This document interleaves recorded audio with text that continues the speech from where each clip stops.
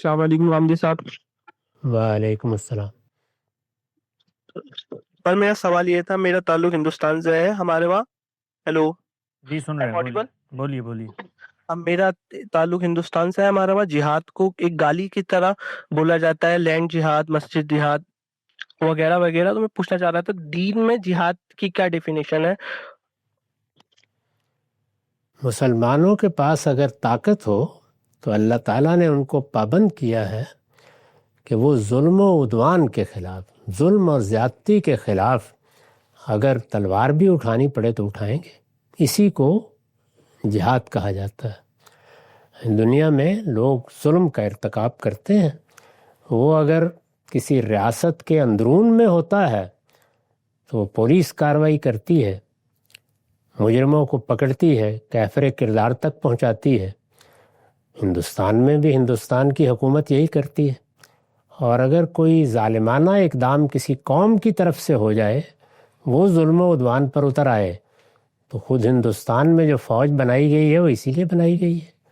تو جہاد و قتال کے بغیر تو کوئی زندگی کا تصور نہیں ہے، کیونکہ جب تک ظلم و عدوان ہے پولیس بھی رہے گی، عدالتیں بھی رہیں گی، اور جہاد و قتال بھی ہوگا.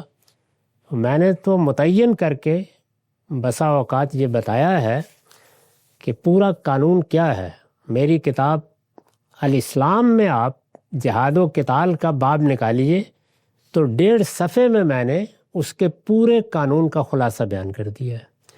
تفصیل سے دیکھنا ہے تو میزان میں دیکھ لیں، وہاں ظاہر ہے ایک پورا باب ہے جس میں تمام آیات اور اس سے متعلق روایات کی شرح ہے. خلاصہ یہی ہے کہ جہاد ظلم اور عدوان کے خلاف اہل حق کی جنگ ہے. یعنی وہ لوگ جو ظلم کو مٹانے کے لیے اٹھیں ان کو اللہ توفیق دے، اس کے لیے استطاعت بھی ہونی چاہیے، کامیابی کا امکان بھی ہونا چاہیے، اور بہت سے دوسرے شرائط بھی ہیں. وہ میرا اور آپ کا کام نہیں ہے، وہ باقاعدہ ریاست کا کام ہے. یعنی ایک منظم حکومت ہے جس کا کام ہے. اسلام میں 2 طرح کے احکام ہیں.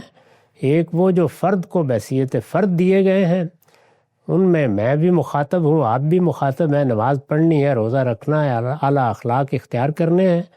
کچھ احکام وہ ہیں جو مسلمانوں کی جماعت کو دیے گئے ہیں. وہ 5 ہیں بنیادی طور پر.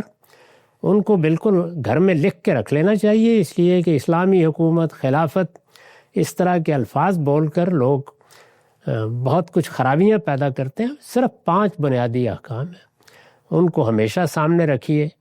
مسلمانوں کے حکمران اس کے پابند ہیں کہ وہ جمعہ اور عیدین کا خود اہتمام کریں.